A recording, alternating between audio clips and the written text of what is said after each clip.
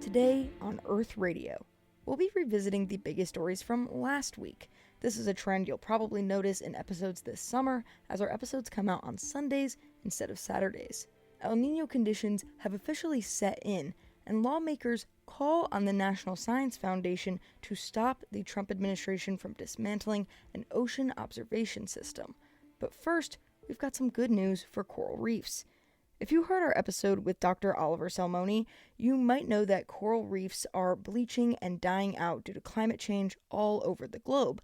But scientists are now finding that coral is much more resilient than they expected. Scientists from the Wildlife Conservation Society and Macquarie University analyzed coral surveys from across the globe and found that there are 3 times more climate-resilient reefs in the world than previously thought. By identifying these reefs, we have the potential to work to protect them as they work to survive and recover from extreme marine heat. The Trump administration is stepping in against a lawsuit facing Elon Musk's AI data center in Mississippi. The National Association for the Advancement of Colored People, or the NAACP, is suing Musk, alleging that his data center violates the Clean Air Act, as residents in the area continue to report suffering from fumes due to the facility's methane turbines. The Department of Justice, or DOJ, filed a 33-page memo asking the Mississippi Federal Court to dismiss the case. The department claimed that the suit was a threat to national security and would harm the operations of the Department of War. These fumes are a particular threat to the area where residents already suffer from higher levels of asthma and cancer than the majority of the country. Democratic senators and 1 Republican senator sent letters to the National Science Foundation asking for it to put a stop to the dismantling of the Ocean Observatories Initiative. This initiative was a huge resource for marine scientists. It brought hundreds of instruments to seas and oceans around the globe to collect physical, chemical, geological, and biological data from the ocean. This monitoring system is crucial to tracking climate change and influencing global climate policy. Lawmakers argued that not only would the dismantling of this system be a loss for science, but it would be a major loss of money for the federal government.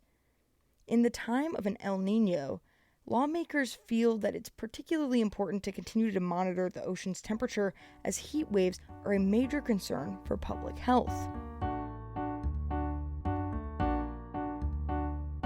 The looming El Niño we have been warning you about on Earth Radio for the last 2 months is finally upon us. The National Oceanic and Atmospheric Administration confirmed that El Niño is finally here. It is formed in the tropical Pacific and will continue to intensify into the fall. This weather phenomenon happens when warming ocean surface temperatures weaken the east to west trade winds over the eastern and central tropical Pacific. This completely throws off weather patterns worldwide, causing heat waves, hurricanes, flooding, and droughts depending on where you are on the globe. These heat waves can make wildfires more likely, which are deadly to ecosystems and communities near the raging fires. Heat waves are also a huge public health concern. When it gets extremely hot outside, your body cannot regulate its own heat, which can be extremely deadly. High heat actually causes more deaths every year than the freezing cold. When you and your family are overheating, the best course of action would seem to be to turn on the AC. But when everyone has the same idea, blackouts can occur, leaving you not only without air conditioning, but without refrigeration and other necessary appliances. This energy demand also burns fossil fuels, adding fuel to the fire of climate change. This isn't even to mention the potential droughts caused by these conditions, which may be devastating to the global food supply chain that's already suffering from the closure of the Strait of Hormuz. As the temperatures heat up, it's crucial to drink lots of water and monitor your temperature. Do your best to stay cool this summer.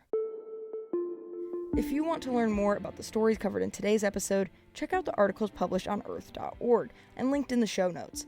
Earth Radio is produced, edited, scored, and written by Rebekah Hendricks. This week's stories are reported by Martina Egini. Earth.org is supported by listeners and readers like you. Visit our website to donate to our climate coverage and have a great week.